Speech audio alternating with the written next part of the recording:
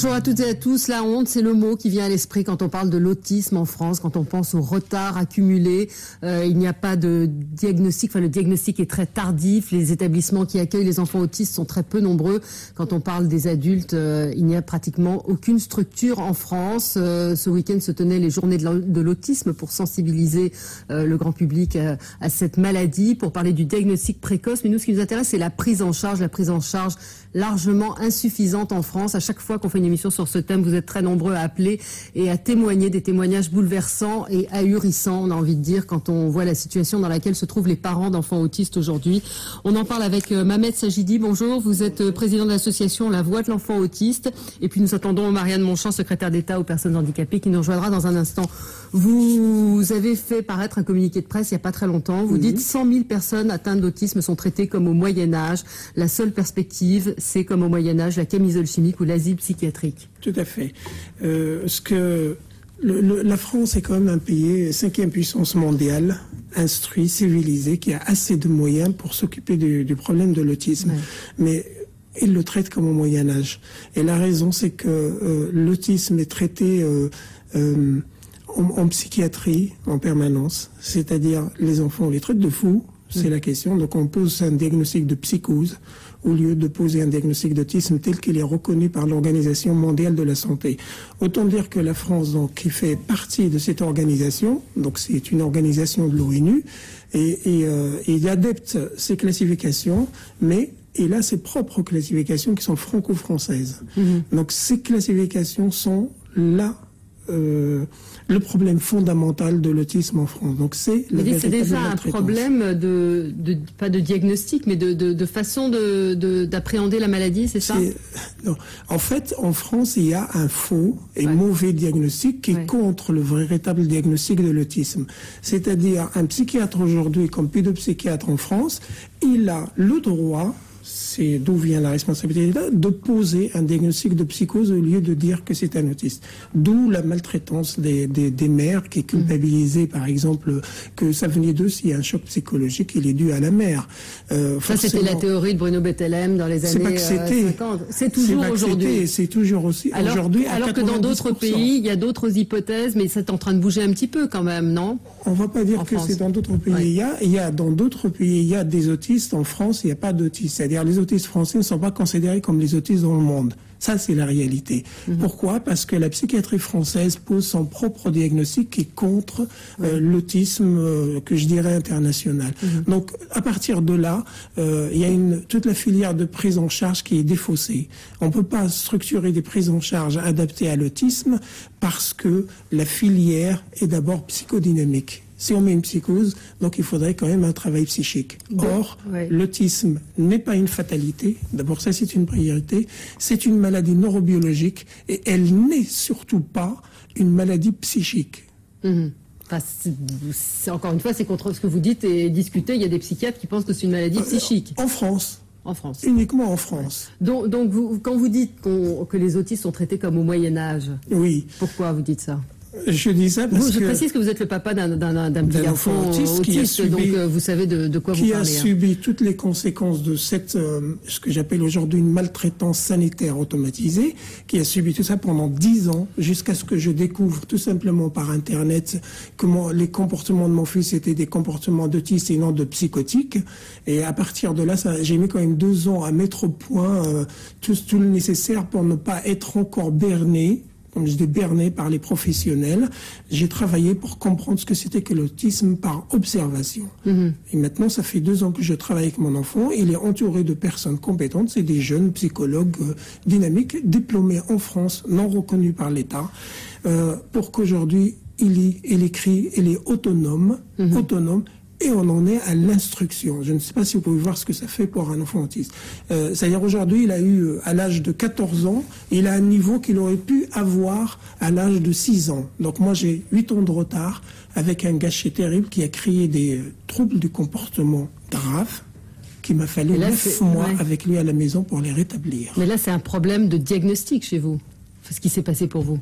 Absolument.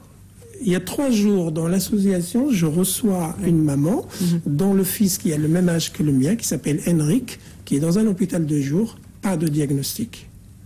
Et quand j'ai travaillé avec cet enfant pendant 3 heures et ses parents, cet enfant a à peu près un niveau de 50% des degrés d'autisme qu'a mon propre fils. Et je vous parle qu'en l'espace de 2 ans, aujourd'hui, il est à l'instruction.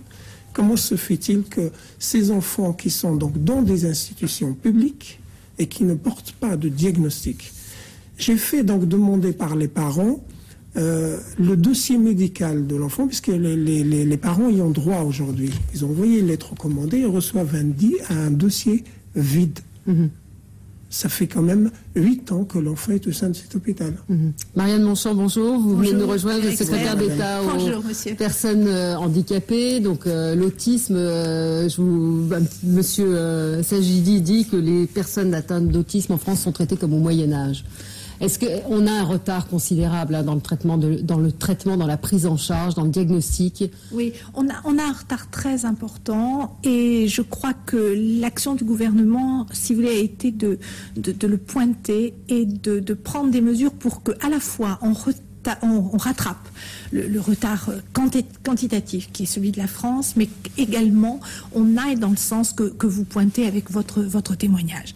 Aujourd'hui, une étude a été confiée à l'ANAS pour qu'effectivement des bonnes pratiques, des préconisations puissent être mises en œuvre.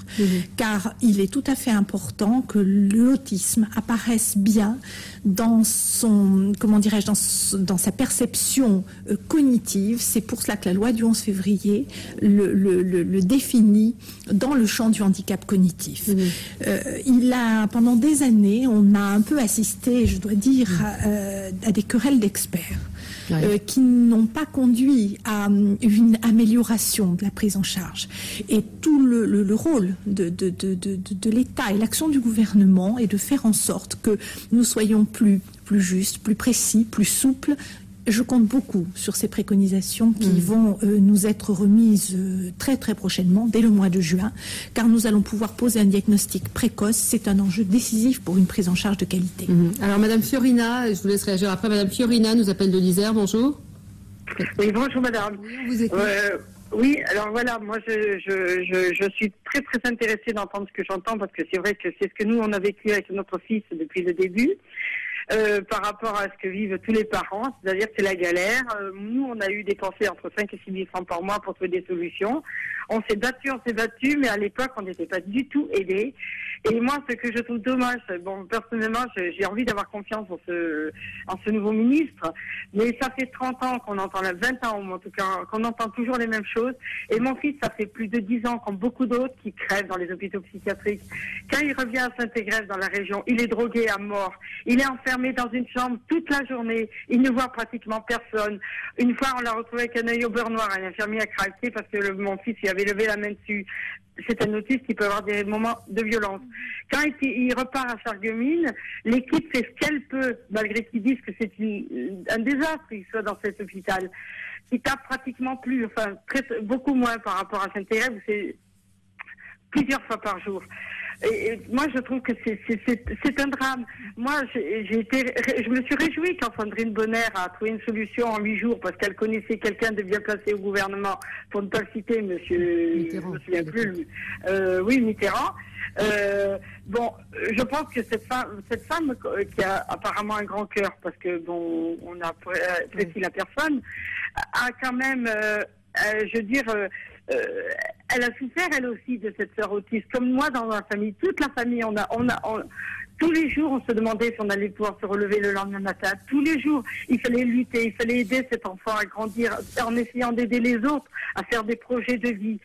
On y a laissé des plumes, on a été très très fatigués, on en a tous été très perturbés et souvent dans une solitude terrible parce que bon, évidemment l'entourage n'est pas toujours prêt à comprendre ce qui se passe.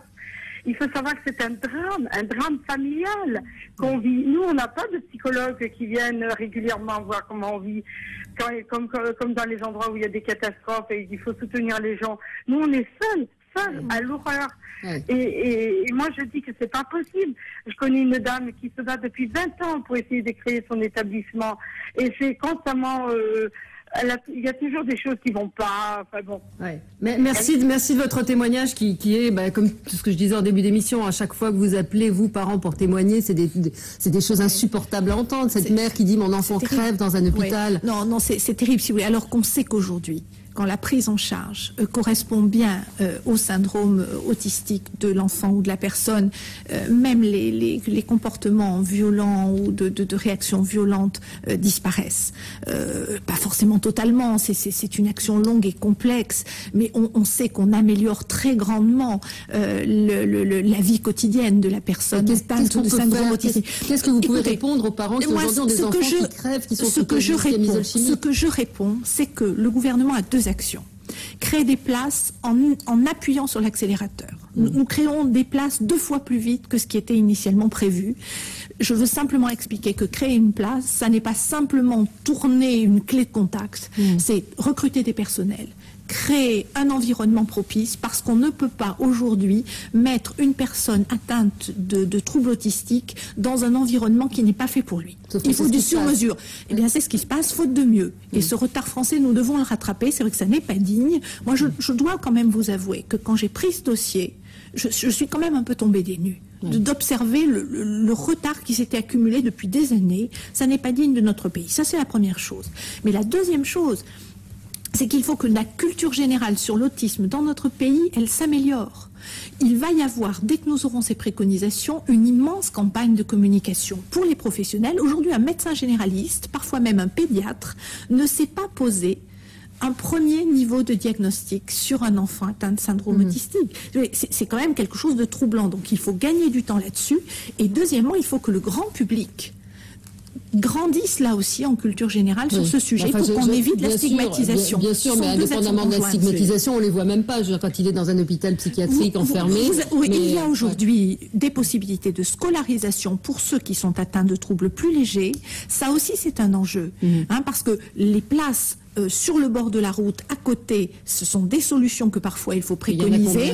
Il y en a qui, insuffisamment, nous l'avons dit. Aujourd'hui, on n'est même pas capable de recenser dans notre pays le nombre de personnes atteintes de syndrome autistique. Il y a des différences d'évaluation considérables. Le travail des pouvoirs publics, à partir du mois de juin, va consister sur des bases solides, avec des préconisations précises, à apporter des solutions adaptées. Mais j'insiste aussi sur la scolarisation. Il arrive qu'elle soit possible. C'est parfois une solution tout à fait harmonieuse et efficace, en particulier pour le jeune enfant. Alors, on va y revenir. Je suis désolée, on est obligé de s'interrompre pour le journal, mais vous répondrez tout de suite après. À tout de suite.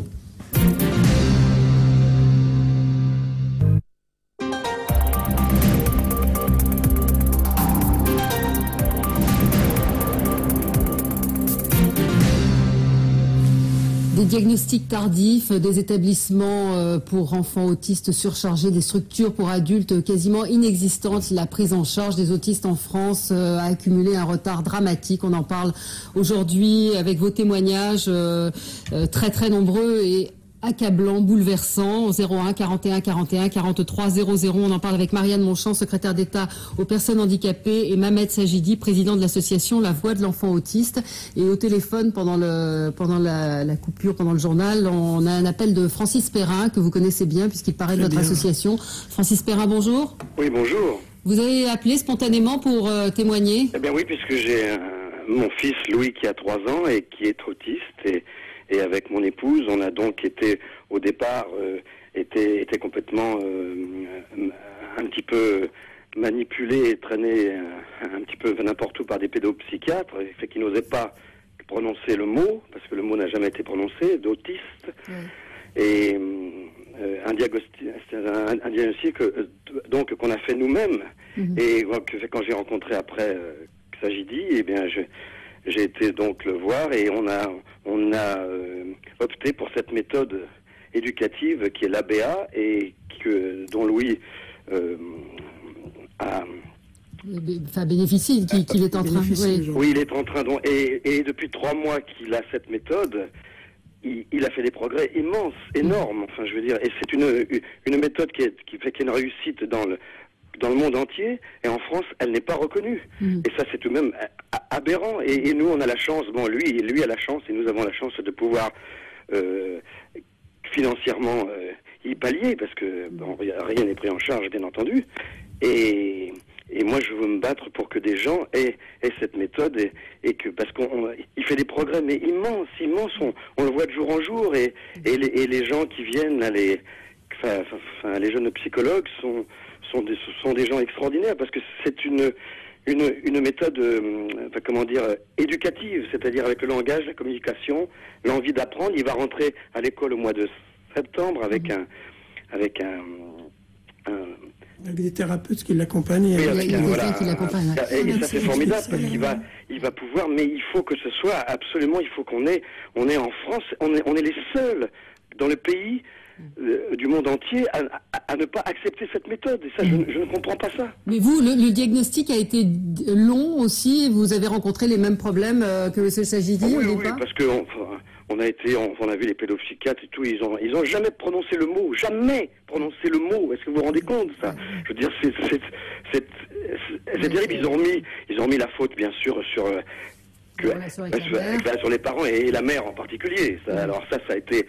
Mais nous, on sait, on s'est tenu les coudes et on a dit, il va s'en sortir et on a cherché tout pour ça. Mais je crois qu'il y a de l'espoir. Et puis il y a une chose qui est importante, c'est que il n'a aucune violence. Donc parce qu'on a fait attention à ça. Je veux dire, c'est un travail de chaque minute, de chaque jour. Ma femme a arrêté son travail. Moi, j'ai réduit un petit peu le mien aussi parce que c'est important d'être aussi les parents en même temps en phase avec les psychologues aussi. Vous savez, ça, je crois que c'est ça aussi. C'est parce que c'est un sacerdoce énorme, mais je crois qu'il vraiment, il peut s'en sortir, et les enfants peuvent s'en sortir, mais il faut qu'ils soient aidés, il faut que l'État, que le ministère prenne en considération cette méthode qui est très, très remarquable et très importante. Oui, alors merci de votre témoignage, parce qu'en plus c'est courageux. Je pense qu'il n'y a pas beaucoup de gens qui savaient que vous aviez un enfant autiste. Je n'ai aucune honte à le dire, et j'en suis.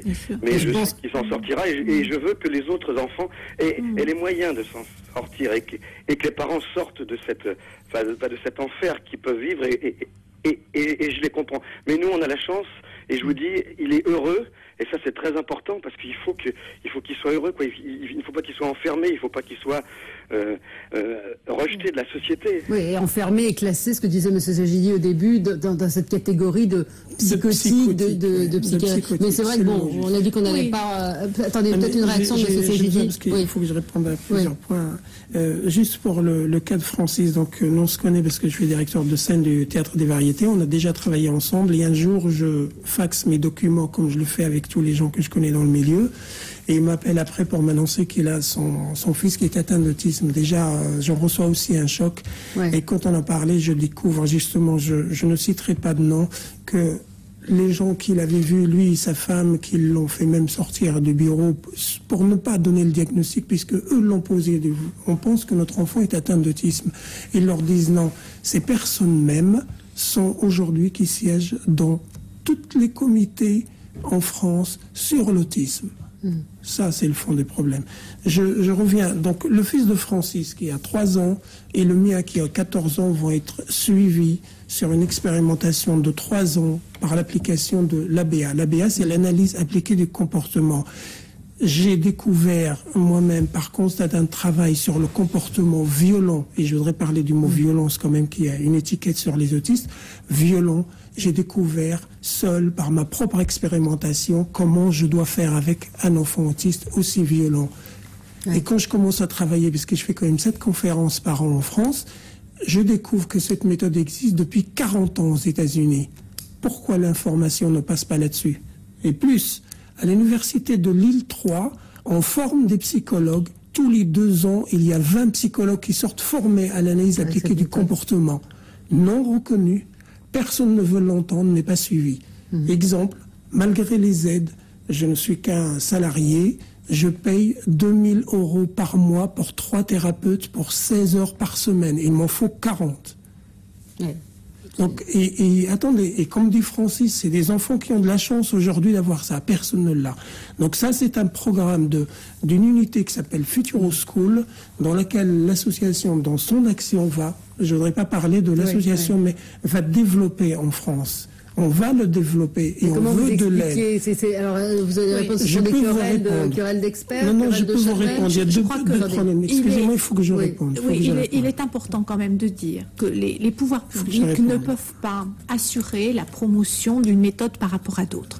La responsabilité du gouvernement, en tout cas celle que j'assume, c'est de faire un point précis sur l'ensemble de ces méthodes sans en rejeter aucune. Mais parce que pendant des années, mais justement, précisément parce qu'elle a été reconnue mondialement sous la recherche. Je n'ai pas pu répondre à ça. Mais je souhaiterais que vous me laissiez terminer parce que c'est un point très important qui intéresse beaucoup de parents. Pendant des années, c'est vrai, sur la question de l'autisme, on a eu tendance à rejeter toute une partie, effectivement, de l'accompagnement qui, aujourd'hui, on le sait, vous en portez témoignage. Francis Perrin donnait également un témoignage, apporte réellement un mieux-être. Simplement, il ne nous appartient pas de faire la promotion d'une méthode contre une autre méthode, car ce n'est pas la seule, il en existe plusieurs. Il faut véritablement être capable d'éclairer les familles. J'ai diligenté une étude complète, scientifique, sur l'ensemble de ces questions. Les réponses interviennent d'ici 3 semaines environ. C'est le docteur Amaria Bagdadli qui a en charge cela et qui va être capable de nous éclairer. Aujourd'hui, les consignes que j'ai données au secrétariat d'État aux personnes handicapées et d'apporter un soutien à la création de places sur l'ensemble des dispositifs qui existent et pour lesquels il n'y a pas d'opposition, évidemment, scientifique ou de bonne pratique. Je vais vous donner un exemple. Les Petites Victoires à Paris, qui développent une méthode extrêmement proche de l'ABA. Très proche. Elle apprend de l'ABA. C'est tout à fait remarquable. C'est dans cette structure que nous avons tout récemment accordé des créations de places pour qu'effectivement des enfants puissent être accueillis. Donc c'est une petite structure qui veut rester une petite structure. Ça fait 16 places. Il y en a une. Non mais attendez. Vous savez, vous vous rendez compte de la responsabilité qui serait la nôtre si nous diffusions, comme on l'a fait d'ailleurs au passage pendant des années, sur des pratiques qui sont contraires à l'intérêt des familles et des enfants. Je crois que là, si nous étions sur un sujet simple, où la réponse est oui ou non, ça se saurait. Moi, ce que je peux vous dire, c'est qu'aujourd'hui, la volonté du gouvernement est de faire en sorte que sur ce sujet, nous tirions parti des toutes dernières découvertes scientifiques. Quelles sont-elles? On a découvert par l'imagerie médicale, qu'un enfant, par exemple, atteint de syndrome autistique, n'arrive pas à faire la différence entre le son d'un objet et le son de la voix de sa mère. Si effectivement ces approches sont avérées, on voit bien que par des stratégies adaptées, on peut apporter des améliorations. Mais je crois qu'il faut que nous soyons prudents et vigilants et en même temps nous sommes obligés d'aller vite. C'est pour cela que les consignes que le gouvernement a passées ont été extrêmement offensives sur les bonnes pratiques à mettre en œuvre dès le mois de juin. Et la campagne de communication à destination des professionnels et à destination du grand public va être décisive pour que tout ce retard au démarrage, tout ce parcours du combattant que Francis Perrin raconte, sur un diagnostic que les parents posent et que les professionnels ne veulent pas poser, il faut qu'il cesse. Car sur l'autisme, tout jour gagné, toute semaine gagnée, tout mois gagné est essentiel. Excusez-moi, parce que ça fait beaucoup de choses, donc je n'ai pas eu le temps de répondre. Je suis d'accord sur certaines choses, mais je ne peux pas me permettre, étant conscient, avec des résultats concrets, laisser dire que des recherches scientifiques vont se faire ou des analyses vont se faire. Ceci est prouvé dans le monde. L'ABA est prouvé scientifiquement, suivi scientifiquement aux États-Unis. Nous l'avons. Il faut travailler avec les pays étrangers. Le PECS, il est autorisé, reconnu par l'État. C'est une méthode aussi. Moi, j'appelle pas ça des méthodes. Ce ne sont pas des méthodes. C'est là où il y a une complication. C'est des traitements et qui est déjà autorisé par l'État pour le traitement des autistes dans les écoles en Angleterre. Et je suis en train de travailler avec des Américains. Là, je déjeune avec des Américains qui sont venus spécialisés dans l'ABA pour nous, parce qu'on est en train de créer encore un groupe de travail avec des familles anglophones qui habitent en France. L'unité Future School va travailler sur l'analyse appliquée du comportement. Et nous avons un autre projet dans le 92 sur une première classe qui va s'appeler Précocité, qui va travailler seulement avec le PECS, suivi par les Américains qui l'ont fondé et les Anglais qui vont superviser les intervenants. Sur la recherche scientifique, Oui. La question qu'avait dite madame sur la reconnaissance de voix, je suis d'accord. C'est des gens avec qui on travaille. C'est des gens qui travaillent bien, mais qui ne sont pas beaucoup entendus quand même dans le milieu professionnel. C'est des gens qu'on combat dans le milieu professionnel. On a quand même un peu besoin des médecins. Je vais vous dire pourquoi. On a découvert tout récemment que beaucoup d'enfants atteints de syndrome autistique développaient en même temps des surdités très importantes. Vous voyez, je crois qu'il faut être extrêmement prudent. Mais il y a quand même quelque chose qui ressort de tous les témoignages, c'est une extrême solitude quand même des familles, des parents. C'est pour ça qu'il faut que indépendamment des méthodes qui se... Excusez-moi, c'est très important. Non, mais je veux bien qu'on dise être extrêmement prudent. Nous, les parents, nous savons ce qu'ont nos enfants. Nous sommes affirmatifs. Nous connaissons les besoins de nos enfants. Aujourd'hui, il faut que nous nous occupions de nos enfants, qu'on nous laisse nous occuper de nos enfants et qu'on nous aide et qu'on nous donne les moyens. Oui, c'est pour ça, Valérie est expert dans chaque région. Dans chaque région, relié à chaque département par la maison départementale, il y aura dorénavant un point d'entrée unique, un téléphone unique pour que les parents qui se posent des questions, qui commencent à sentir que l'enfant ne dialogue pas comme elle imagine, puissent avoir un interlocuteur neutre, un interlocuteur qui lui ouvre toutes les possibilités de contact. Ça, c'est en cours. Il faut savoir qu'en 2006, il ne nous restera plus qu'à mettre en place 5 centres ressources pour qu'effectivement chacun, partout en France, ait un contact possible face à l'inquiétude et face à l'angoisse qui commence à monter quand l'enfant est un peu... Alors, je voudrais qu'on prenne des témoignages, je vous donne la parole après, promis, mais je voudrais qu'on prenne des témoignages de parents, de mères, souvent, d'ailleurs, c'est ce que vous dites aussi dans votre communiqué, ce sont souvent les mères qui prennent en charge, vous êtes là, les enfants, et les pères abandonnent. Madame Thiel est en ligne. Madame Thiel, bonjour. Oui, bonjour Madame Expert. Bonjour. Voilà, donc moi, le témoignage, c'est celui d'une grande fille de 25 ans, qui part régulièrement en Belgique, puisqu'elle est prise en charge en Belgique.